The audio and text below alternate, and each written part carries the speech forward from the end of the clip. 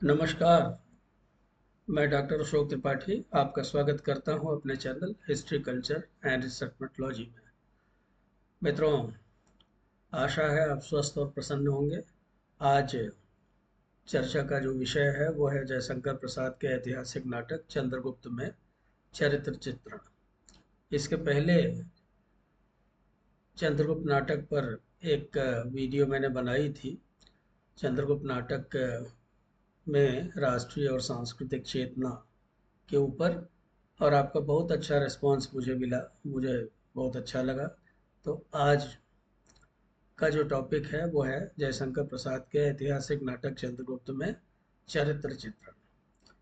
जैसा कि आप सभी जानते हैं कि चंद्रगुप्त नाटक जो है वो इसमें पात्रों की बहुलता है। इसमें बहुत लंबे लंबे दार्शनिक संवाद हैं, काव्यात्मक संवाद हैं, भाषा काफ़ी क्लिष्ट है और अनेक बार स्वगत कथन भी यहाँ पे दिखाई पड़ते हैं।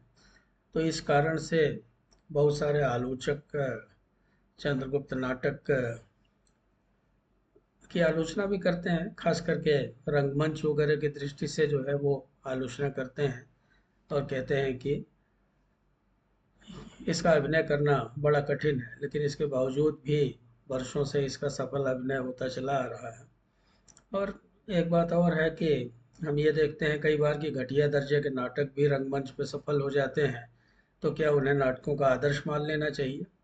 अगर रंगमंच और नाटक की श्रेष्ठता का अनिवार्य संबंध है, तो चंद्रगुप्त के श्रेष्ठ नाटक होने के कारण इसे मंचोपयुक्त भी मानना पड़ेगा। फिलहाल हमारा विषय यहाँ पर है चरित्र चित्रण चंद्रगुप्त नाटक में। और चंद्रगुप्त नाटक में जयशंकर प्रसाद ने अनेक उदात्त चरित्रों का सृजन किया है। जैसा कि हम सब जानते हैं कि प्रसाद युग के नाटकों की मूल भावना देशभक्ति है, और देशभक्ति भी एक अलग प्रकार की है। इस देशभक्ति में उत्साह है, इस देशभक्ति में राग है। उत्साह उसके राष्ट्रीय स्वरूप का आधार है और राग उसके मानवीय संस्कृति का। तो प्रसाद के अधिकांश नाटक ऐतिहासिक नाटक हैं, इसलिए उनके सांस्कृतिक तत्व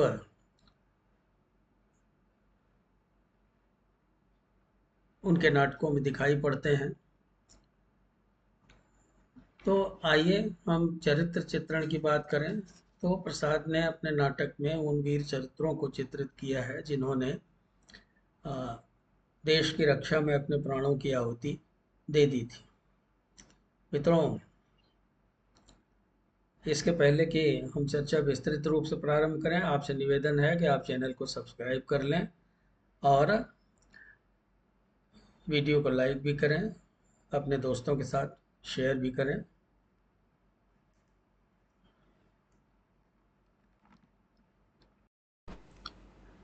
तो आइए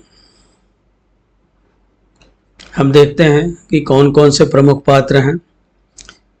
यहाँ आप देख सकते हैं कि चंद्रगुप्त नाटक के ढेर सारे पात्र हैं, लेकिन कुछ जो प्रमुख पात्र हैं वो हैं चाणक्य, चंद्रगुप्त, राक्षस, पर्वतेश्वर, सिंहरण, जिनकी चर्चा हम विस्तार से करेंगे क्योंकि ये पुरुष पात्र हैं। इसी तरह से कुछ स्त्री पात्र प्रमुख हैं, अलका, कल्याणी, मालविका, कार्नेलिया, सुवासिनी इत्यादि।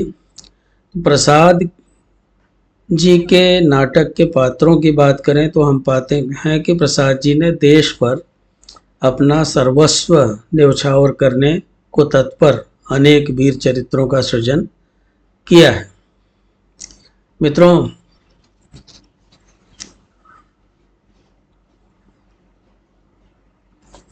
सबसे पहले हम चाणक्य की बात करें। चाणक्य जो है वो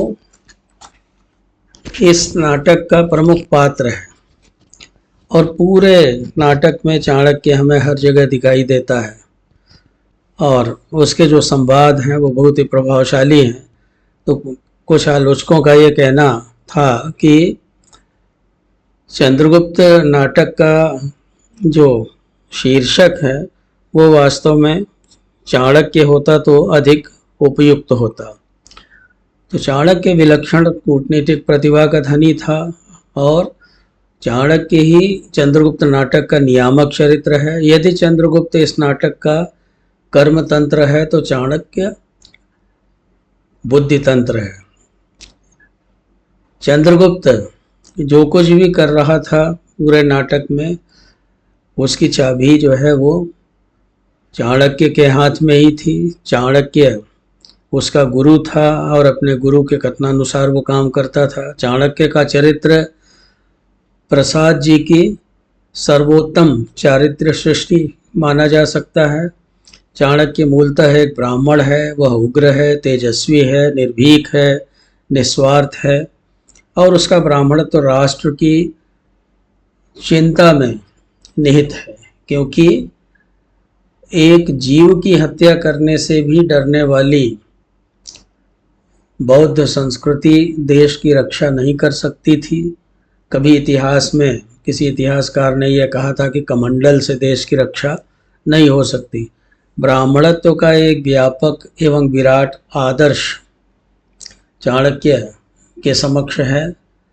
चाणक्य जो है वो ब्राह्मणों को केवल पूजा पाठ करने वाला व्यक्ति नहीं मानता है, बल्कि जिस समय कोई राष्ट्र पददलित होता है तो ब्राह्मणों की भूमिका बढ़ जाती है। ब्राह्मण उस राष्ट्र को मुक्त कराने में या राष्ट्र के ऊपर आसन्न संकट से उसको मुक्ति दिलाने में महत्वपूर्ण भूमिका निभाते हैं। चाणक्य का जो लक्ष्य था वह लक्ष्य था नंदवंश को समूल नष्ट करके चंद्रगुप्त को सिंहासनासीन करना। लेकिन केवल यही लक्ष्य नहीं था, वो सत्ता प्राप्त करने के लिए ऐसा नहीं करना चाहता था। वास्तव में नंद जो आसन्न खतरा था मगध साम्राज्य के ऊपर, नंद उसको समझ नहीं रहा था। इसलिए चाणक्य को ये लगा कि ऐसी स्थिति में यह आवश्यक है कि मगध की गद्दी पर एक ऐसा व्यक्ति बैठे जो यवनों के संकट से मगध को मुक्त कर सके। तो चाणक्य का मूल उद्देश्य आर्य साम्राज्य में एक शक्तिशाली अखंड केंद्र सत्ता की स्थापना करना था और अपनी सारी कूटनीतिक क्षमताओं के साथ प्रारंभ से ही वह इसके लिए प्रयत्नशील था। चाणक्य नंद को सावधान करता है। जब यवन आक्रमण के आसन्न संकट को वो देखता है तो नंद को सावधान करना चाहता है। वो उससे कहता है कि यवनों की विकट वाहिनी निषद पर्वतमाला तक पहुंच गई है, तक्षशिला की भी उसमें अभिसंधि है, संभवतः समस्त आर्यावर्त पदाक्रांत होगा। उत्तरापथ में बहुत छोटे छोटे गणतंत्र हैं, वे सम्मिलित पारसिक यवन बल को रोकने में असमर्थ होंगे। अकेले पर्वतेश्वर ने साहस किया है, अतः मगध को पर्वतेश्वर की सहायता करनी चाहिए। भारत की पराधीनता और उससे मुक्त होने की तड़प चाणक्य के कथन में परिलक्षित होती है। चाणक्य चंद्रगुप्त को मेघ मुक्त चंद्र बनाना चाहता था, जिसके लिए उसे क्रूरता का भी सहारा लेना पड़ा, किंतु उसकी समग्र निर्ममता वर्तमान के लिए है, भविष्य के लिए नहीं है। चाणक्य ने चाहे दया न करने की प्रतिज्ञा की हो, पर उसके निर्लिप्त, उदार एवं सहृदय व्यक्तित्व का परिचय कई अवसरों पर मिलता है। अवसर आने पर वह अपने बड़े से बड़े शत्रु एवं विद्रोही को पूर्ण सात्विकता और सदाशयता के साथ क्षमा करना जानता है। यद्यपि यह क्षमा एवं उदारता भी उसकी नीति का ही एक अंग है। चाणक्य ने न केवल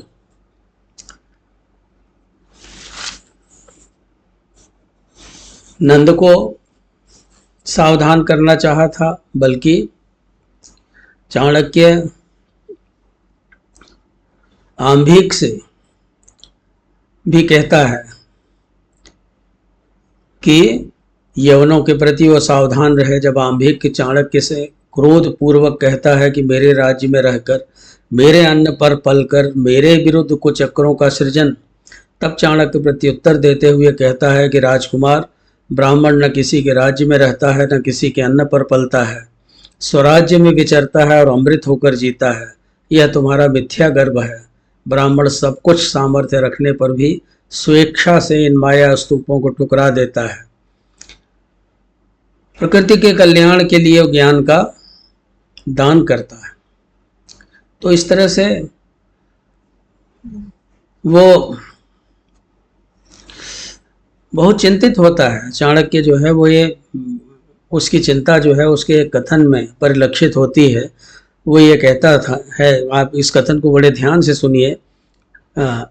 वो कहता है कि दस्यु और म्लेच्छ साम्राज्य बना रहे हैं और आर्य जाति पतन के कगार पर खड़ी एक धक्के की राह देख रही है।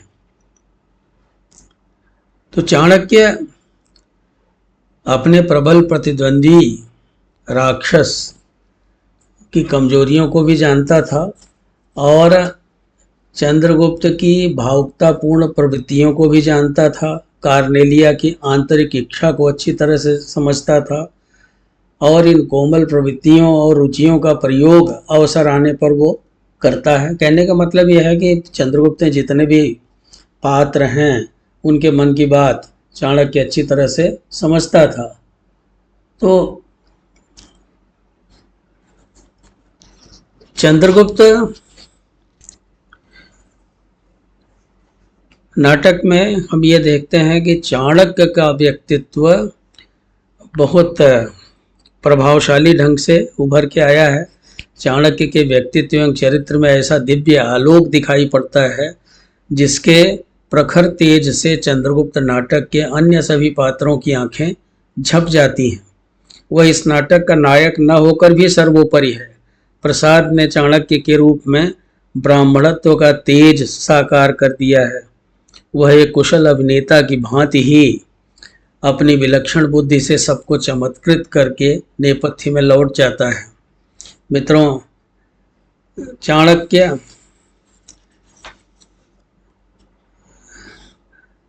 राजा नंद को चेतावनी देते हुए कहता है कि सावधान नंद, तुम्हारी धर्मांधता से प्रेरित राजनीति आंधी की तरह चलेगी, उसमें नंदवंश समूल उखड़ेगा।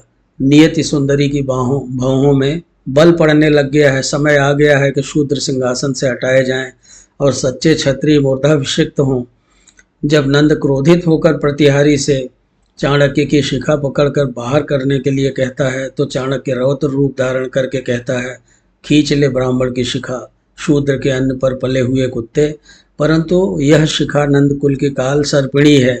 वह तब तक बंधन में न होगी जब तक नंदकुल निःशेष न होगा।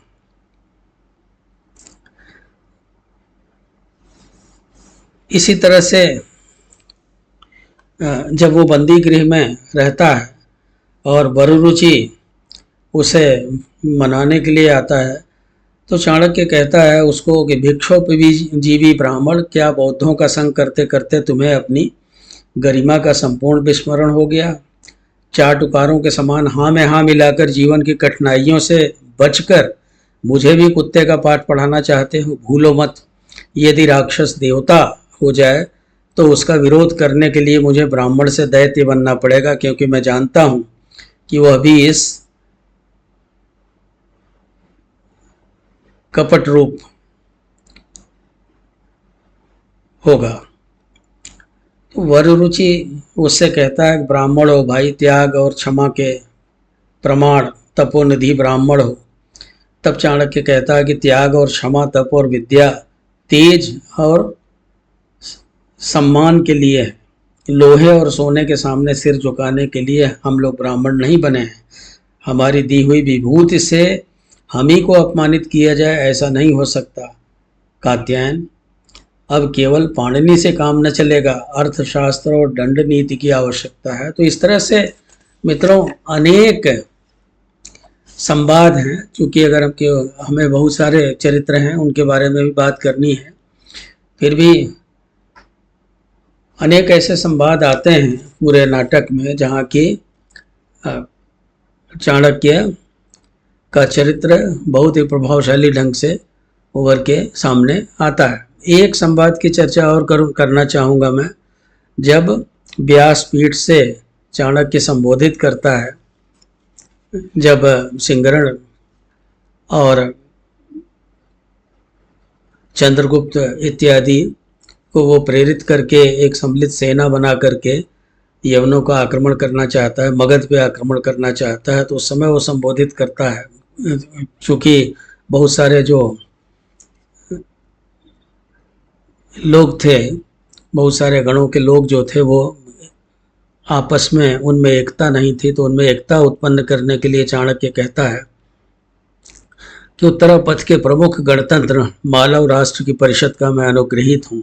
ऐसे गंभीर अवसर पर मुझे कहने के लिए उसने आमंत्रित किया। गणतंत्र और एक राज्य का प्रश्न यहाँ नहीं, क्योंकि लिच्छवी और ब्रिजियों का अपकार करने वाला मगध का एक राज्य शीघ्र ही गणतंत्र में परिवर्तित होने वाला है। युद्ध काल में एक नायक की आज्ञा माननी पड़ती है, वहाँ शलाका ग्रहण करके शस्त्र प्रहार करना असंभव है। अतएव सेना का एक नायक तो होना ही चाहिए, और यहाँ की परिस्थिति में चंद्रगुप्त से बढ़कर इस कार्य के लिए दूसरा व्यक्ति न होगा। वितस्ता प्रदेश के अधीश्वर पर्वतेश्वर के यवनों से संधि करने पर भी चंद्रगुप्त के ही उद्योग का यह फल है कि पर्वतेश्वर की सेना यवन सहायता को न आएगी। उसी प्रयत्न से यवन सेना में विद्रोह भी हो गया है, जिससे उसका आगे बढ़ना असंभव हो गया है। परंतु सिकंदर की कूटनीति प्रत्यावर्तन में भी विजय चाहती है। वह अपनी विद्रोहिणी सेना को स्थल मार्ग से लौटने की आज्ञा देकर स्वयं सिंधु संगम तक के प्रदेश विजय करना चाहता है। उसमें मालव का नाश निश्चित है।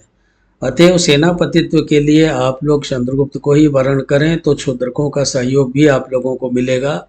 चंद्रगुप्त को ही उन लोगों ने भी सेनापति बनाया। तो इस तरह से हम देखते हैं कि प्रसाद जी ने बड़ी कुशलता से चाणक्य के मुंह से इतना प्रभावशाली वक्तव्य दिलवाया है। तो हम चाणक्य के व्यक्तित्व को राष्ट्रीय गौरव का केंद्र बिंदु मान सकते हैं। आइए हम अन्य चरित्रों के ऊपर भी बातचीत करें। चंद्रगुप्त इस नाटक का नायक है, यद्यपि चाणक्य द्वारा ही चंद्रगुप्त को बनाया गया है। चंद्रगुप्त का सृजन किसने किया? एक तरह से उसके व्यक्तित्व का निर्माण करने का श्रेय चाणक्य को जाता है। उसी ने उसको पढ़ाया, लिखाया, बड़ा किया और एक राष्ट्र भक्त के रूप में, एक वीर के रूप में उसको हमारे समक्ष प्रस्तुत किया। चंद्रगुप्त का असीम साहस और उसकी अटूट मनस्विता आरंभ से ही उसे प्रधान चरित्र का गौरवपूर्ण पद दिलाने में सफल रहे हैं। फिर भी चंद्रगुप्त के व्यक्तित्व की तेजस्विता चाणक्य की कूट बुद्धि का मुंह ताकती रहती है। चंद्रगुप्त का अंतिम अंक इसके नायकत्व की प्रतिष्ठा में विशेष योगदान देता है। चंद्रगुप्त को एक नायक के रूप में प्रतिष्ठित करता है। अंतिम अंक में चंद्रगुप्त के ऊपर काफ़ी ध्यान केंद्रित किया है प्रसाद जी ने। नायकत्व के योग्य गुणों से विभूषित होने पर भी चंद्रगुप्त की प्रमुखापेक्षा उसे भस्मावृत अंगार की स्थिति में उस समय तक रखे रहती है जब तक वह सभी ओर से निरस्त्र एवं निस्सहाय नहीं कर दिया जाता। वैयक्तिक तेज ऐसे ही निपट अकेलेपन में प्रकट होकर अपना परिचय देता है। चंद्रगुप्त ऐसी ही स्थिति में, आप अंतिम अंक पढ़ें चंद्रगुप्त नाटक का तो देखें कि चंद्रगुप्त ऐसी स्थिति में डाल दिया गया है जब वहाँ एक बार वो एकदम अकेला हो जाता है, लेकिन उस समय उसका तेज उभर करके सामने आता है। चाणक्य से रूठ कर चले जाने, सिंगरण के चले जाने पर भी वह वीर दर्प से युद्ध का सामना करने को सन्नद्ध हो जाता है। चंद्रगुप्त का क्षत्रियत्व यहाँ उभर कर सामने आता है, जैसे चाणक्य का ब्राह्मणत्व उभर कर सामने आता है, वैसे हम यहाँ देख सकते हैं कि इस नाटक में चंद्रगुप्त का क्षत्रियत्व भी उभर करके सामने आता है और सर्वोपरि हो उठता है वह इस नाटक के नायक के रूप में। तो उसकी दृढ़ता हम अगर कहें कि अति मानवीय है तो उसमें कोई परेशानी नहीं होनी चाहिए, किसी को कोई अतिशयोक्ति नहीं होनी चाहिए। समूचे देश के प्रशासन एवं सैनिक नियंत्रण की दोहरी बागडोर वह अकेले थाम लेता है और वह प्रमाणित कर देता है कि वह युद्ध करना जानता है। उसके नाम का जयघोष विजय लक्ष्मी का मंगल गान है। यह अवश्य है कि पर्दे के पीछे चाणक्य एवं सिंहरण उसकी गतिविधियां देखते रहते हैं और उसके लिए अनुकूल परिस्थितियां उत्पन्न करते रहते हैं, उसके सहयोग के लिए सदैव तत्पर रहते हैं और उसके पथ को, उसके मार्ग को निष्कंटक बनाने में कोई कसर नहीं छोड़ते। किंतु दुर्दांत ग्रीक वाहिनी को मुंहतोड़ जवाब देने के लिए चंद्रगुप्त अपने बल पर ही तैयार हुआ है, उसमें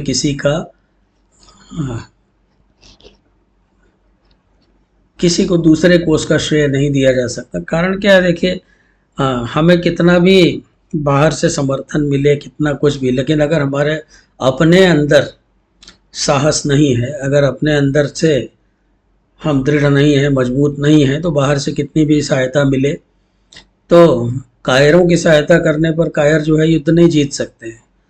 युद्ध वीर ही जीतते हैं। जिसके अंदर वीरता और देशभक्ति के गुण कूट कूट कर भरे हुए हों, वही बाहरी सहायता का भी लाभ उठा सकता है। चंद्रगुप्त ऐसा ही चरित्र था। चंद्रगुप्त तेजस्वी था, निर्भीक था, अपराजेय पौरुष से युक्त था, वह महापराक्रमी भी था। उसके पराक्रम का परिचय कई अवसरों पर देखा जा सकता है। वह दुस्साहसी भी था। सिकंदर के शिविर में जो उससे वार्तालाप होती है, इस बात से आप उसके दुस्साहस का परिचय पा सकते हैं। सिकंदर जैसे महावीर और विश्व विजेता की बातों को काटने का दुस्साहस केवल चंद्रगुप्त ही कर सकता है। उसमें आत्मगौरव की कमी नहीं है, उसमें राजोचित सांस्कृतिक श्रेष्ठता भी है।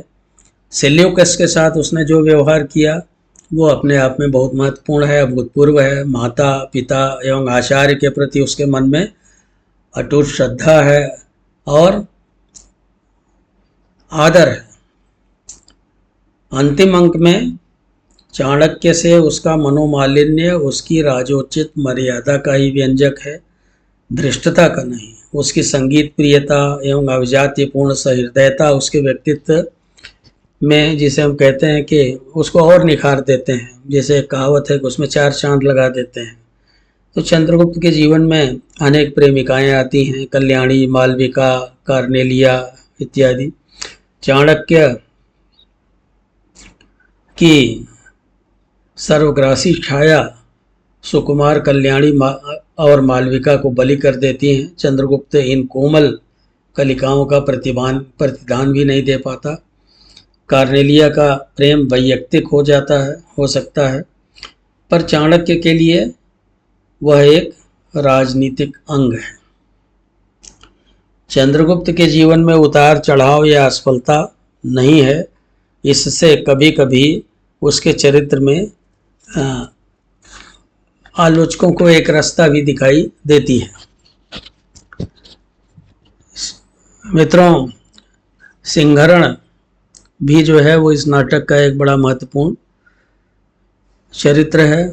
मालवगण के राष्ट्रपति का पुत्र है वो, और इस नाटक का एक आदर्श चरित्र है।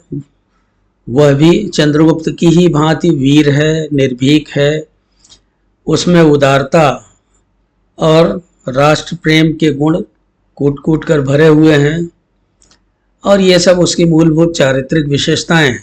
अपनी प्रखर बुद्धि एवं चाणक्य की शिक्षा से उसने राष्ट्र के वर्तमान और भविष्य को अच्छी तरह से जान लिया है, परख लिया है, और अपना दायित्व भी उसे पता है, उसे क्या करना है यह उसे पता है, इसलिए उसने अपनी जिम्मेदारी, अपना दायित्व भी निश्चित कर लिया है। गुरु के प्रति परम आज्ञाकारी है और बहुत ही दृढ़ संकल्प वाला व्यक्ति है सिंगरण।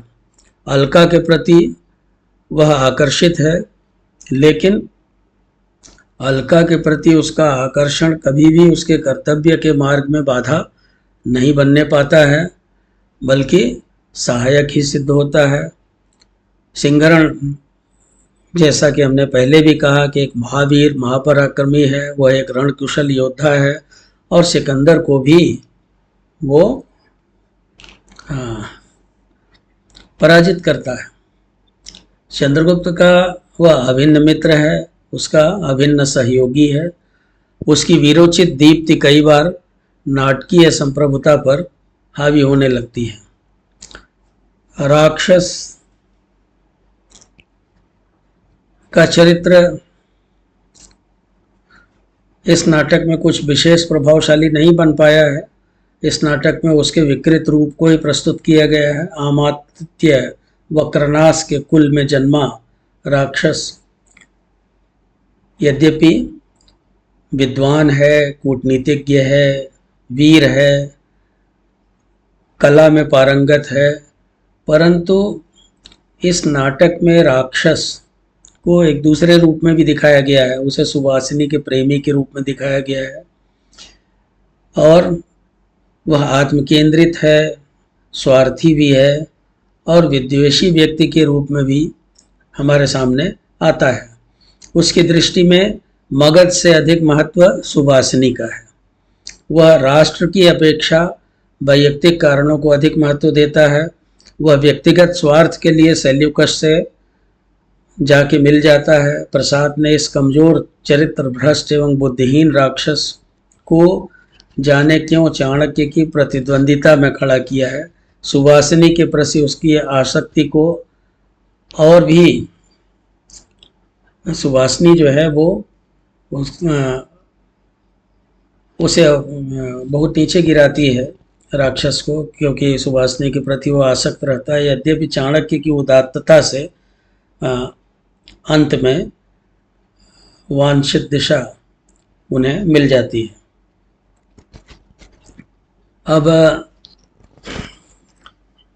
सिकंदर के भी छक्के छुड़ा देने वाला पर्वतेश्वर भी राक्षस की ही भांति पता नहीं क्यों प्रसाद जी की सहानुभूति नहीं प्राप्त कर सका और उसे मतलब एक ऐसे पात्र के रूप में चित्रित किया गया है जो इतिहास जानने वाले लोगों के गले से नहीं उतरता है।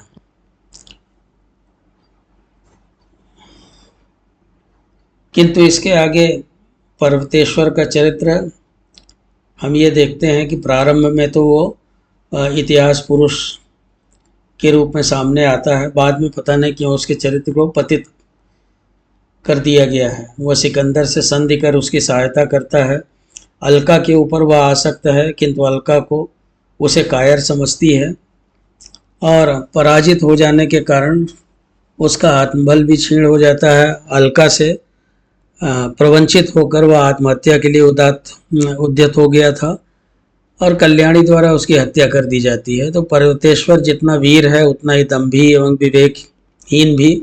कल्याणी से प्रणय प्रयास उसकी विवेकहीनता का ही परिचय देता है। पता नहीं क्यों प्रसाद जी ने ऐतिहासिक पौरव का इतना पतन दिखलाया है। तो अब पता नहीं प्रसाद जी के मन में क्या चल रहा था, क्यों उन्होंने ऐसा दिखाया, क्यों उन्होंने ऐसा किया है। अब आइए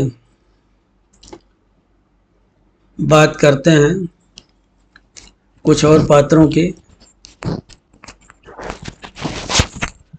सिकंदर, सेल्यूकस और फिलिप्स ग्रीक रक्त वाले चरित्र हैं, अतः उनमें स्वभावतः वीरता का दम्भ है, क्योंकि विश्व विजय करने वो निकले थे। और ऐसा नहीं था वो वीर नहीं थे, सचमुच में वो वीर थे। सिकंदर अद्वितीय वीर होने के साथ ही साथ चतुर भी है, उदार भी है। पर्वतेश्वर की वीरता से प्रभावित होकर वह उसे सम्मान देता है।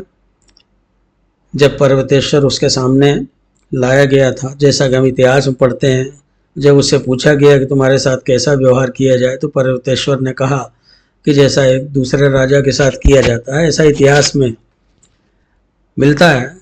तो यहाँ इस नाटक में भी हम देखते हैं कि पर्वतेश्वर का सम्मान करता है सिकंदर। भारत की गरिमा से वह प्रभावित है। सेल्यूकस एक भावनामयी कन्या का वीर पिता है, कार्नेलिया का पिता है। कार्नेलिया एवं चंद्रगुप्त के परिणय में उसने अपने अहंग को आगे नहीं आने दिया और मानवीयता का परिचय दिया। फिलिप्स की बात करें तो फिलिप्स भी एक निर्भीक साहसी व्यक्ति था, और निर्भीक और साहसी होने के साथ साथ वो बर्बर और एक निम्न वर्गीय व्यक्ति था। निम्न वर्गीय चरित्र हम कह सकते हैं, व्यक्ति न कह के।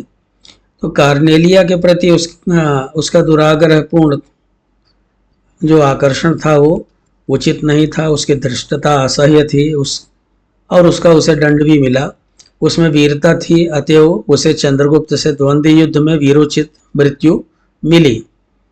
एनिसाक्रिटीज, साइबर्टियस और मेगास्थनीज साधारण ग्रीक चरित्र हैं, और वे संपर्क सूत्र का काम करते हैं। तो अधिकतर नाटकों की कथा वस्तु ऐतिह्य होने के कारण प्रसाद के नारी पात्र ही जो हैं वो काफ़ी महत्वपूर्ण हैं। कुछ पात्र जो हैं वो राजवंशीय हैं, जिसके कारण उनके व्यक्तित्व में एक सहज, असाधारण और उच्च वर्गीय आभिजात्य परिलक्षित होता है।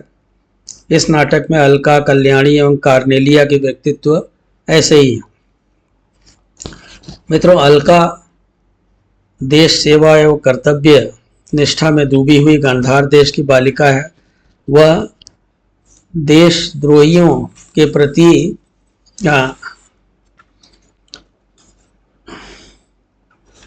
बहुत ही क्रोधित रहती है।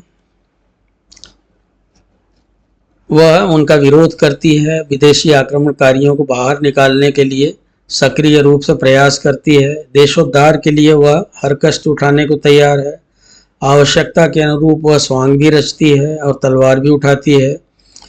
वह वनों में घूमती है, जंगलों में घूमती है, और तक्षशिला के निवासियों को जगाती हुई जगह जगह भटकती है। देश प्रेम ही उसका आदर्श है, और देश प्रेम और देश निष्ठा के कारण ही वह वीर सिंहरण का वर्ण करती है। तो इस तरह देश सेविका के रूप में देखा जाए तो चंद्रगुप्त का एक विशिष्ट नारी पात्र है। और उसका सार्वजनिक जीवन वैयक्तिक चरित्र को नहीं उजागर होने देता। प्रसाद के मन में अलका का चित्रण करते समय राष्ट्रीय आंदोलन में लगी हुई निस्वार्थ देश सेविकाओं का स्मरण रहा होगा। वह अपने मनोहर कंठ से गाती है, और उसके गायन में पराधीन भारत से मुक्त होने की ललकार है। वो प्रसाद का बहुत ही प्रसिद्ध गीत है चंद्रगुप्त नाटक का। हिमाद्रि तुंग श्रृंग से प्रबुद्ध शुद्ध भारती, स्वयं प्रभा समुज्ज्वला स्वतंत्रता पुकारती। अमर्त्य वीर पुत्र हो, दृढ़ प्रतिज्ञ सोच लो, प्रशस्त पुण्य पंथ है, बढ़े चलो बढ़े चलो। असंख्य कीर्ति रश्मियां विकीर्ण, दिव्यता हसी सपूत मातृभूमि के। रुको न सूर साहसी, अराति सैन्य सिंधु में, सुबाढ़ भाग्नि से जलो, प्रवीर हो जयी बनो, बढ़े चलो बढ़े चलो।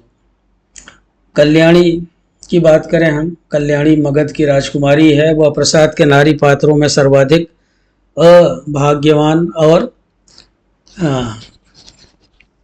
हम कह सकते हैं कि कष्टपूर्ण जीवन जीने वाली पात्र है। उसकी वेदना जो है वो समझी जा सकती है। उसकी मौन वेदना बल्कि हम कहें तो बहुत ही गहन है। उसके मन में एक अंतर्द्वंद चलता रहता है, तो उससे हमें बहुत सहानुभूति होती है। मित्रों, पर्वतेश्वर द्वारा जो है विवाह प्रस्ताव ठुकरा दिए जाने से उसके कोमल हृदय पर आघात पहुंचता है और वह निराशा की वेदना में पर्वतेश्वर की प्रतिद्वंदिता में खड़ी हो जाती है। अंत में उसका प्रतिशोध अवसर पाकर पर्वतेश्वर की हत्या के रूप में पूरा होता है। किंतु मनोवांछित पुरुष यानी वो चंद्रगुप्त से मन ही मन प्रेम करती थी। चंद्रगुप्त को न पाकर वह स्वयं भी आत्महत्या कर लेती है। उसके पिता का विरोधी उसके साम्राज्य का स्वामी बन बैठा। फिर उसने उसके प्रेम का भी सम्मान नहीं किया, तो इसलिए उसने आत्महत्या कर ली। नाटकीय फल की दृष्टि से भी उसकी आत्महत्या उपयुक्त ही है। जीवित रहकर भी वह कभी चंद्रगुप्त का समर्थन न प्राप्त कर पाती है और न ही स्वयं चंद्रगुप्त का समर्थन करती वो। तो कल्याणी के चरित्र की रीढ़ है उसका राजदर्प, जिसके लिए वह अपनी जान दे देती है, अपने प्राण त्याग देती है। कार्नेलिया की बात करें, कार्नेलिया भारतीयता के अनुराग से भरी यवनराज सेल्यूकस की कन्या है। वह भावनामयी राजकुमारी है और चंद्रगुप्त के प्रति आकर्षित है। इस आकर्षण का कारण चंद्रगुप्त का सुंदरता, पराक्रम और पौरुष युक्त व्यक्तित्व है। चंद्रगुप्त उसे फिलिप्स द्वारा अपमानित और पीड़ित होने से बचाता है। कार्नेलिया दुखी है क्योंकि वह उस व्यक्ति के प्रति आकर्षित है जिसके साथ उसके पिता का निर्णायक युद्ध होने जा रहा है, यानी चंद्रगुप्त के प्रति आकर्षित है। सुवासिनी से वह कहती है कि स्मृति बड़ी निष्ठुर है। यदि प्रेम ही जीवन का सत्य है तो संसार ज्वालामुखी है। तो उसकी मरण वेदना उसकी सहन शक्ति का परिचय कराती है। प्रेम और स्वाभिमान के द्वंद्व ने उसे जकड़ रखा है। सेल्यूकस की पराजय के उपरांत एक बार वह चंद्रगुप्त का नाम लेकर स्वाभिमान की रक्षा के लिए आत्महत्या करने को भी उद्यत हो जाती है, किंतु चंद्रगुप्त ठीक अवसर पर, सही अवसर पर पहुंचकर उसे बचा लेता है। कार्नेलिया का राजवंशीय आभिजात्य उसे इस समय भी समर्पित होने से रोकता है एवं अपना प्रणय मर्म अपने ही भीतर छिपाए हुए सेल्यूकस से भारत की सीमा से दूर ले चलने के लिए वो कातर प्रार्थना करती है। यवन बाला होने पर भी वह चंद्रगुप्त जो कि आर्य था या भारतीय था, उसके लिए नितांत उपयुक्त है। भारत साम्राज्ञी होने योग्य उसमें अनेक गुण थे। उसका व्यक्तित्व गरिमामयी था। भारत के प्रति उसका आकर्षण अधिक दिखा दिया गया है, जो अस्वाभाविक सा लगता है कई बार। चंद्रगुप्त के साथ कार्नेलिया का जो है वो परिणय चाणक्य की शतरंजी चाल है, कूटनीतिक चाल है। एक विदेशी ग्रीक बालिका के मुंह से भारतीयता एवं भारत का यशोगान कि अरुण यह मधुमय देश हमारा, जहाँ पहुँच अनजान क्षितिज को मिलता है एक सहारा। ये बड़ा गरिमामय एवं भव्य लगता है। तो इस नाटक के नारी चरित्रों में सर्वाधिक मोहक नाम है मालविका। प्रसाद जी ने अत्यंत संक्षिप्त किंतु कोमलतम ताने बाने से उसे बुना है। सिंधु देश की यह बाला पर्यटन प्रिय है, बहुत ही सरल हृदय वाली है और एक तरह से कहा जाए तो सरलता और सहृदयता की प्रतिमूर्ति जैसी लगती है। उसमें भावुकता, कलात्मकता कूट कूट के भरी हुई है और वो एक कर्मयोगी है और कर्म करने से वो पीछे नहीं हटती है। सभी प्रकार के जो चारित्रिक गुण होने चाहिए वो सब उसमें भरपूर मात्रा में दिखाई देता है उसके चरित्र में। वह जीवन भर चंद्रगुप्त से प्रेम करती रही, पर कभी उसने चंद्रगुप्त को अपने मन के झुकाव का आभास भी नहीं होने दिया। एक तरफा प्रेम जिसे कहते हैं। अवसर आने पर उसका सदुपयोग भी नहीं किया। तक्षशिला में वह अलका के स्नेह के कारण रहने लगी। उसके लिए उसने उद्भांड में सिंधु पर बनने वाले सेतु का मानचित्र बनाने का खतरा भी उठाया। अलका ने उसे घायल सिंगरण के साथ भेजा तो वह सहर्ष मालव देश भी चली गई। सरलता पूर्वक वह हर आत्मीय का आदेश निर्देश पूरा करने के लिए सदैव तत्पर रहती है। नृत्य एवं संगीत कला में वो प्रवीण है। उसके स्वर की जो मधुरिमा है वो किसी को भी अपनी ओर आकर्षित कर लेती है और वो चंद्रगुप्त के लिए भी वरदान बनती है। रणभेरी से पूर्व चंद्रगुप्त मालविका की तान सुनने का आकांक्षी रहा करता है। प्रकृति का परिवर्तनशील सौंदर्य मालविका की कोमल भावना कल्पना को हिलोरता रहता है। विचित्र निस्संगता और हम कह सकते हैं बल्कि विचित्र निस्संगता भरी एक लगन हमें उसके चरित्र में दिखाई देती है। मालव के उद्यान के कोने कोने में बैठी हुई वह सारे राजनीतिक अभिनय देखती रहती है।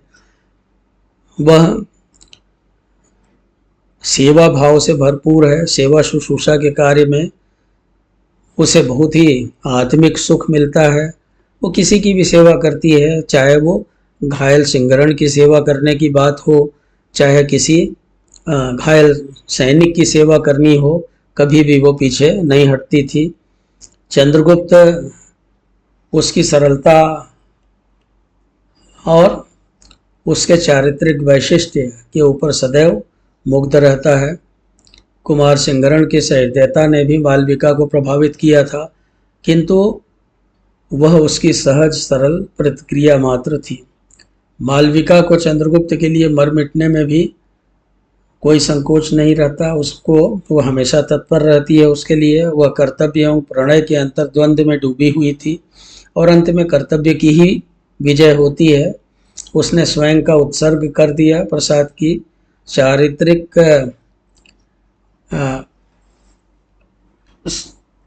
वैशिष्ट्य हम कह सकते हैं कि प्रसाद जी के जो चरित्र हैं, रचे गए जो चरित्र हैं, उनमें वो अन्यतम है, विशिष्ट है। मालविका प्रसाद के कवि मन का वह गीत है जो अनगाया ही रहा, फिर भी वह मधुरतम है।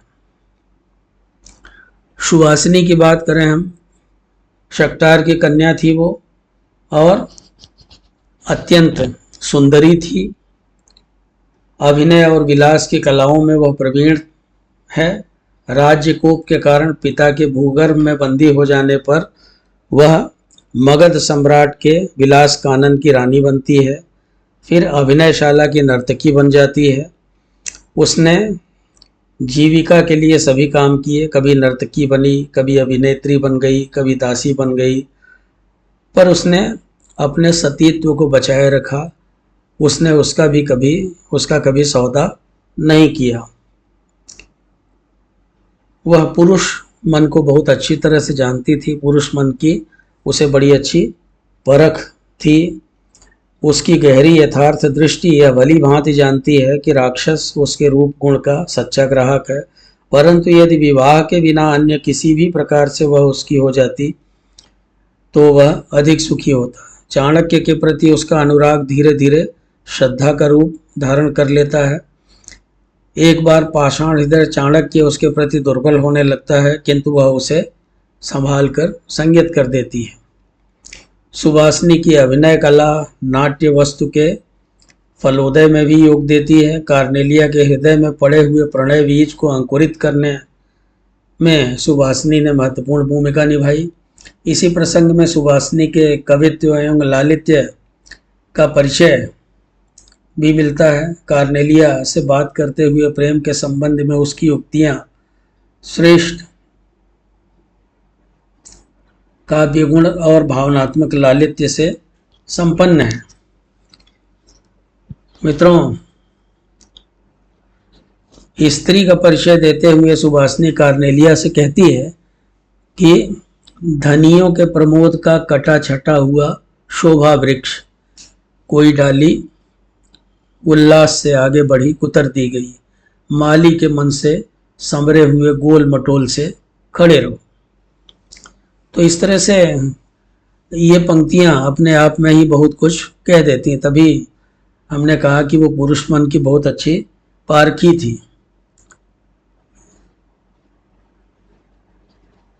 प्रेम एवं यौवन के शीतल मेघों से प्रतीक्षायित यह लहलही लता सुवासिनी इस नाटक का एक आकर्षक नारी चरित्र है।